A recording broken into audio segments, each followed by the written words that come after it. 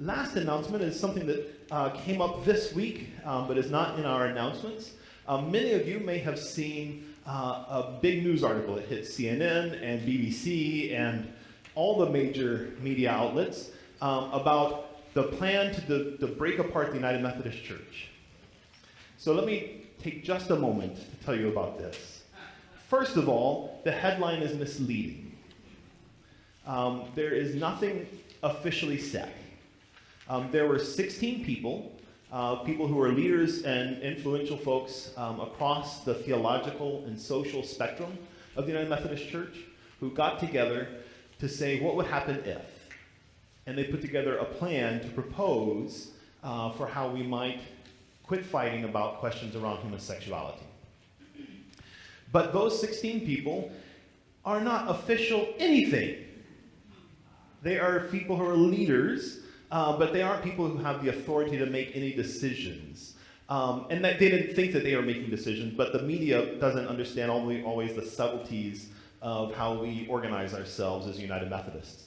Quite honestly, most United Methodists don't understand how we organize ourselves as United Methodists, so we can't really blame them.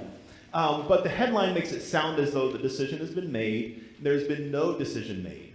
The only group that can make any kind of decision for the whole denomination is General Conference. We have a General Conference scheduled for May of this year, so about 5 months from now.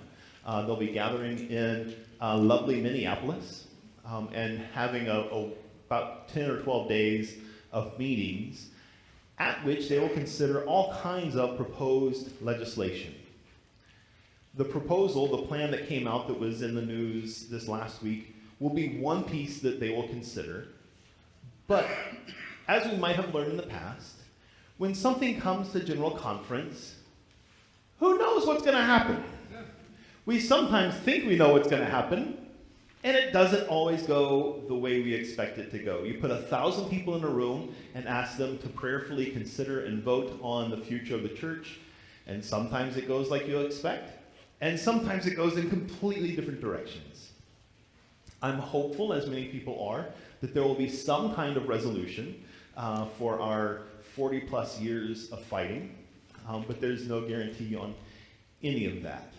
So, you might have had friends, or you might have read that article, somebody may have forwarded it to you. I had several people who sent me that article and said, what's this mean for your church?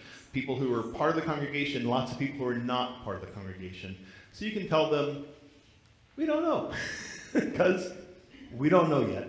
We'll have a better idea in May on what the future looks like.